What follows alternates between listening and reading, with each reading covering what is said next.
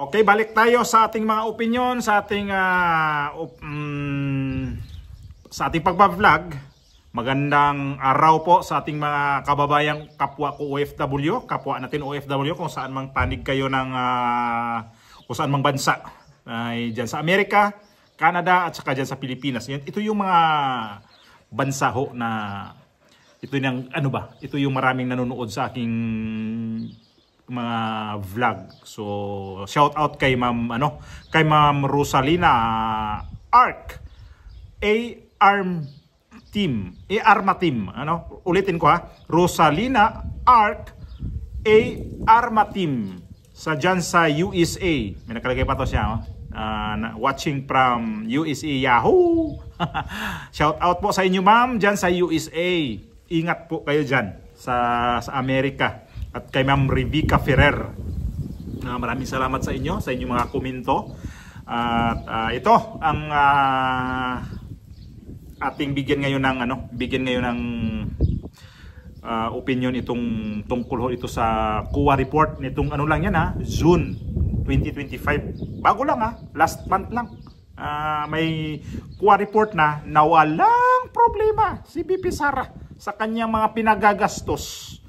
Ngayon, kung balikan natin yung mga previous na mga quadcom, yung mga budget hearing niya noong nakarang taon, kaya dito ako gumawa ng mga ganitong reaction, ay mukhang dating ginagawa nila kay dating Pangulong, kay Vice Presidente VP Sara, ay mukha yatang nag-backfire sila sa kanila ngayon kasi may COA report na. Bakit hindi nyo tingnan yan sa diyan sa website ng COA na mayroon ng report. Itong video ko saksak sinagol to sa mga Bisaya diyan o kaya mga Tagalog, maintindihan nyo to. Makasabot mo kay Bisaya o ako Bisaya pud ko, taga Bohol ko, kaya gamito na ning ahang lingwahe nga bulanon. So may report ang COA, naglabas na ang COA na linis ang pangalan sa Vice Presidente. Ay nako, hindi ito magandang balita sa mga nagmamaktol sa Vice Presidente kasi ayaw nila itong mga balita na ganito Gusto talaga nila ginagastos na lang 11 days lang yung confidential fund. Saan napunta yung mga milyones na yun? Samantala kay Bongbong billion. Putragis kayo. Ito yung balita ng Net25 na yun na nga, clear na nga, walang problema ang kanyang mga ginastos sa kanyang budget. Mga hiningi niyang budget noong 2024 hanggang 2025, wala hong problema doon. Kasi naglabas na nga ang COA na malinis ang kanyang pondo na ginastos noong 2024 sa OVP. Ngayon, yung mga anti-Marcos dyan, yung mga paborito niyong presidente na mahinang utak, mahina ang nilalang. Nako, sabay inamin niya na yan na hindi sumusunod sa kanya ang mga ang mga tao. Buti pa daw yung mga malalaking mga companies kasi pagka sinabi lang daw doon sa mga boss nila na ganyan ang gagawin, sumusunod agad. Pero pag siya daw, ay sir, baka pa rin siya, baka makuha tayo niyan baka ma-ombudsman ba tayo dyan Yan ang sinasabi ko, mahinang nila lang. So ito yung video. Baka atat kayo marinig dito doon sa mga pro Marcos. Ito saksak nyo to sa inyong bibig. Yung report sa ang nagsalita nito, ang kanyang bagong spokesperson, itong apelyido babae, ang kanyang spokesperson. Tapos kanina, lumalabas na naman sa mga nagbablog, lalo yung iba dyan na nagbablog. Ang hirap lang kasi sa inyo dyan nagbablog, kasi doon din kayo kumuha sa mga vlogger. Kaya parang unahan sila ng scoop, pero wala naman. Yung mga vlogger naman kakainis. Diniklara naman ng Commission on Audit din Net ng 25. COA na walang irregularidad sa paggasto sa pondo ng Office of the Vice President noong 2024. Ay, nako. Ayon kay OVP spokesperson Attorney Ruth Castelo, malaking Ayun. bagay ang pahayag ng COA, lalo Ayun, si Ruth Castillo. Ito ho yung bagong spokesperson ni VP Sara. I hope na hindi ito kagaya ni Claire Castro na attack dog. Although mayroon na siyang interview kanina na sinabihan siya ng attack dog. Mamaya sikapin ko makakuha ko yung video na yon na sinabihan na siya ng attack dog. Kung basta mayroon yun na hindi siya attack dog dito sa Vice President, hindi kagaya kay Claire Castro na sobrang attack dog. Ito yung galing to siya sa DTI. Parang USIC yata to siya doon. Tapos nag-resign yata to siya. Ayun, kinuha ni VP Sara ng spokesperson. Ang kala sige ng mga ibang vlogger dyan, si Guanzon na daw ang magiging spokesperson. Pero nagkamali sila. Ang iba kasi naman, paunahan sila ng scope. Pero kumukuha naman sila sa mga vlogger. Ang mga vlogger, kumuha sa mga mainstream media. Mag-antay na lang kayo kung saan kayo ang original talagang balita na lalabas. Yun bang legit? Di yung mag-scoop kayo para sabihin na nakauna. Paano ba yung makauna kayo mga vlogger dyan? Iba, matanda na nga iba dyan, nagbablog na puro na lang scoop na lang sa mga vlogger din eh. Yan ang hirap kasi sa inyo eh. Di bale sa mainstream media tayo, kagaya na 25, kuha tayo ng opinion. Kasi mapagkatiwala ang mainstream media, di kagaya sa GMA7 na daming dyan, mga fake news. Ay. lalo na't hindi pa rin natatapos ang aligasyon sa kinekwestiyong paggasta sa OVP funds. Alisuto paggasta. Si Guillermo Ratillo sa balitang niya. Ayan. Mismong Commission on Audit ang nagsabi na malinis ang financial record ng Office of the Vice President. Yan ang nakasaad sa 2024 Annual Audit Report ng COA para sa OVP. Ang unmodified opinion ay ibinibigay ng State Auditor kung nakita at napatunayang maayos ang financial is... Unmodified opinion. Paano ba intindihin yun? Unmodified. English nga lang yun pero naintindihan ko ng konti. Unmodified. So, hindi binago. Walang binago doon. Ang opinion ng OVP, ang COA. Totoong sa COA nang galing tong report na to. O yung report nila na binigay na dito. Statements ng isang ahensya ng pamahalaan kagaya ng OVP. Ini-issue po ito yung bagong spokesperson niya. Sinabi ng auditor na based on the audit evidence that they presented, hindi ko ma-determine as an auditor kung yung financial statements ba niya ay walang material misstatement. Sabi ni Attorney Ruth Castelo, tagapagsalita ng OVP, mula pa noong 2022, unmodified opinion. In fairness naman, ito yung spokesperson ni VP Sara sa kanyang opisina, sa OVP. In fairness naman, kaya dito sa kay Claire Castro, pag magsalita pa lang, parehas naman sila abogada, pero pag magsalita naman ito, malumanay. Nandoon yung pagka-professional niya. Kasi ito siya, hindi kasi ito siya vlogger.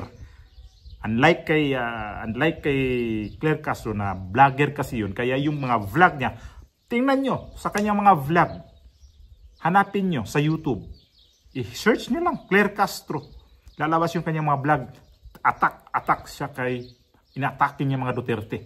Grabe talaga.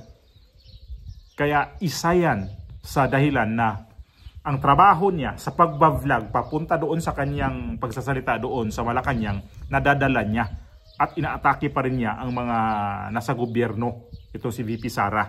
Kaya ang kapal ng mukha pag ganitong klase, nagpapasweldo tayo tapos ito yung inaatake niya. Malinis naman ng trabaho, di kagaya nito pinagmamalaki na nagtatrabaho nito si Bongbong Marcos. Ewan ko saan ang trabaho ni Bongbong Marcos. Yan ba yung niya ng mga subsidy? Yan yung pinagmamalaki nila. Yan yung pinagmamalaki nila dyan na 20 pesos per kilo ang bigas pero subsidy. Yung mga agriculture dyan, pinabayaan na nga lang niya. Ano bang niya? Puro subsidy nga lang ginagawa niya eh. Kaya nakalitsi-litsi ang budget ng 2025 kasi wala nangyari talaga. Pero pagkapagsalita ng OVP, mula pa noong 2022, unmodified opinion. Ang palaging nagkukuha nila sa COA. Ibig sabihin, yung budget po for 2024 ay maayos na nagastos ng opisina. Wala pong nakita ang audit na Dinig nyo? problema doon sa compliance. Nadinig nila? Nadilig kaya nila yun? Itong sa mga pro Marcos? Nadinig niyo yun? Mga congressman, yung mga kuliang nyawa yan sa mga ano, dyan sa House of Representatives? Kaya, sabi ko nga, itong impeachment na to, tingnan natin kung ito yung ano nila, asahan to nila yung sa COA report. Wala na, sablay na sila dito kasi ito na yun eh. Ito na yung report ng COA. May hawak na yung OVP. Nila doon. Pahiya. Malaking bagay, Anya, ang opinyon na ito ng COA, lalo at hindi pa rin natatapos ang mga aligasyon sa sinasabing irregularidad sa paggasta sa pondo ng OVP. Oh, saan ang irregularidad? Pagkakaroon po ng unmodified audit opinion, hindi naman po ito rango, hindi ito ranking. Pero ibig sabihin, unmodified opinion, wala pong maayos po ang submission ng financial statements na ginawa. It is fairly presented, it is honest, it's transparent. So, advantage po. Alam po ng lahat ng government agencies yan. Sa isang pahayag, sabi ng OVP sa ilalim ng 2024 General Appropriations Act, 85.55% ang utilization rate ng kanilang opisina. Yan ay sa kabila ng ilang hamon sa kanilang pinalawak na operasyon at mga programa. Madeline Villar. O, yan na. Sagutin nyo nga yan. Diyan sa mga piatos-piatos na daw yan. Yung mga ano-ano. So, ayan na yung resulta ng ano, sa COA.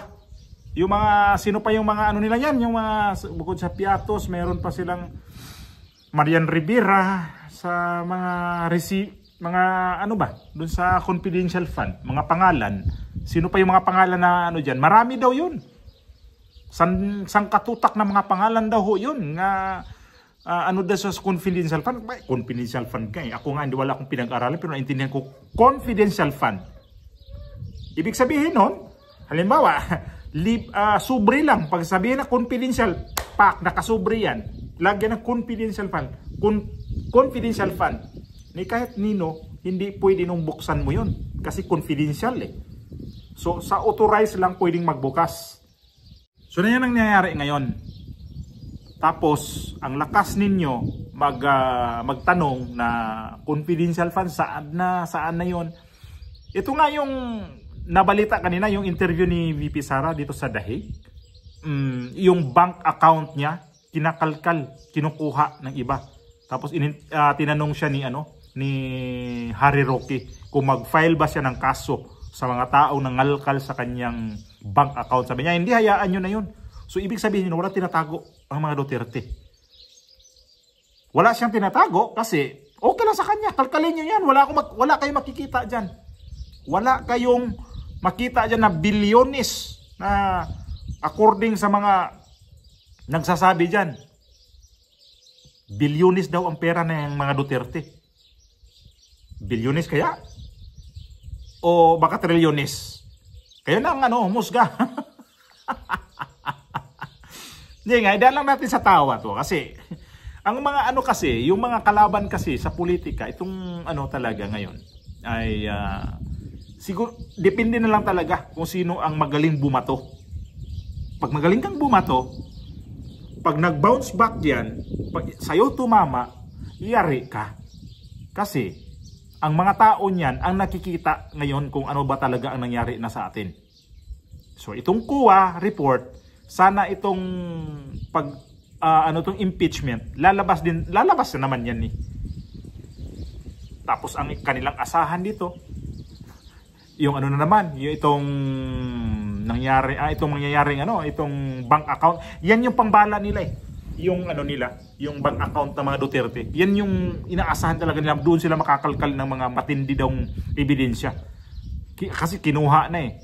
Kung si VP Sara na ayaw niya yun na kinukuha yung mga bank account nila, yari ang bangko. Kahit ba naman gobyerno yan sa'yo dyan, at least may paalam pa din yan sa na yung bangko mo ma'am, kailangan daw sa mga ganitong kukuha dito. Halimbawa, sa House of Representatives. Kasi kailangan daw nila to makita. Kailangan pa magpaalam niya pero hindi talaga nagpaalam ang bangko kasi bakit?